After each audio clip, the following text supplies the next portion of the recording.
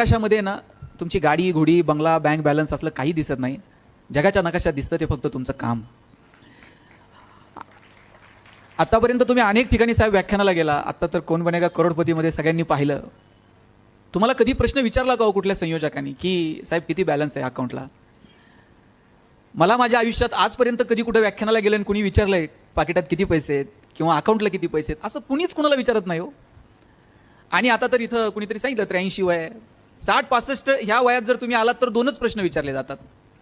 तुम्हाला कुणीही विचारत नाही तुमची प्रॉपर्टी किती आहे.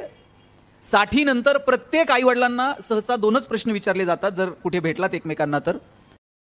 ठराविक वयानंतर पहिला प्रश्न विचारला जातो तब्येत कशी आहे आणि दुसरा प्रश्न विचारला जातो मुलं काय करतात.